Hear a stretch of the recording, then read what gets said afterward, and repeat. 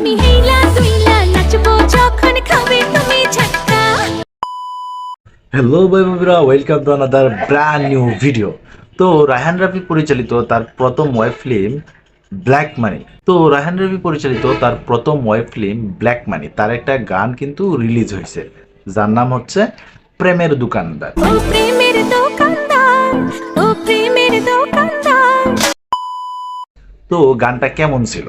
তো দেখুন, এখানে অভিনয় করছে কিন্তু ব্ল্যাক মানিতে পূজা ছেড়ি, তারপরে রুবেল। তো গানটা আমি প্রথম যখন দেখা শুরু করলাম তো অপেক্ষা করছিলাম যে রুবেলের কখন এন্ট্রি হবে।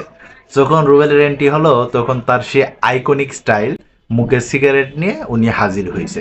তো এখানে কিন্তু আমরা শিবা শানুরেও দেখলাম। তো শিবা শানুরে কিন্তু এখানে দেখতে একটু অন্যরকম লাগছিল, আমার কাছে ভালো লাগছে।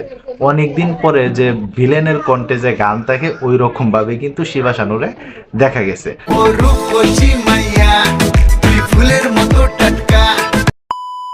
আর এই গানটা কিন্তু গাইছে আকাশ সেন এবং কণা। তো কণার কিন্তু একটা ভাইরাল গান হচ্ছে দুষ্টু কুকি, যেটা কিনা তুফানে হিউজ পরিমাণ সাফল্য রাখার পিছনে ভূমিকা রাখছে। তো ঘটনা যা হয়েছে, এখানে কিন্তু পূজা চেরিরে অনেকটাই মেচিউর লাগছে।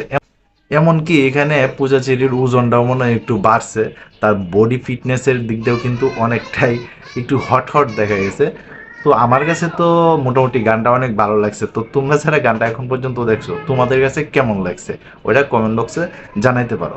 আর এই ব্ল্যাক মানি সিনেমার গানটা যে অনেক টাকা খরচ করছে এই গানের পিছনে, এটা কিন্তু দেখা বোঝা যাইতেছে। সেট বলুন বা কস্টিউম বলুন, আমার কাছে কেমন জানি তুফানের সেই মিমি চক্রবর্তীর পোশাকের সঙ্গে অনেকটাই মিল দেখা যায় পূজাচেরির এই প্রেমের দোকানদার গানের সঙ্গে। তো তোমরা যারা যারা গানটা দেখছো অবশ্যই তোমরা কমেন্ট বক্সে জানাও যে গানটা কেমন লাগলো। তো এই ছিল এখনকার মতো ভিডিও। তো সবাই ভালো থাকবা, সুস্থ থাকবা, কাছের মানুষটা ভালো রাখবা। ধন্যবাদ সবাইকে, আল্লাহ হাফিজ।